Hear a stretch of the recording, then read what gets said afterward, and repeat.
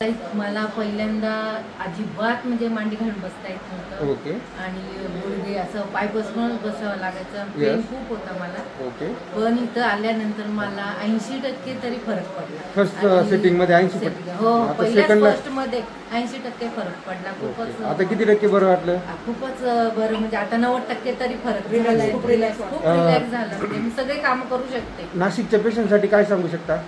की तुम्ही ऑपरेशन करण्यापेक्षा इथं येऊन एकदा व्हिजिट द्या आणि खूपच चांगलं आहे.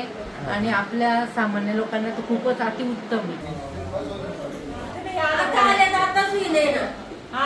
आणि 80% का 90% फरक पडला तर खूपच, म्हणजे मी आता शिवाय आपलं ट्रीटमेंटचे काही साईड इफेक्ट नाहीये.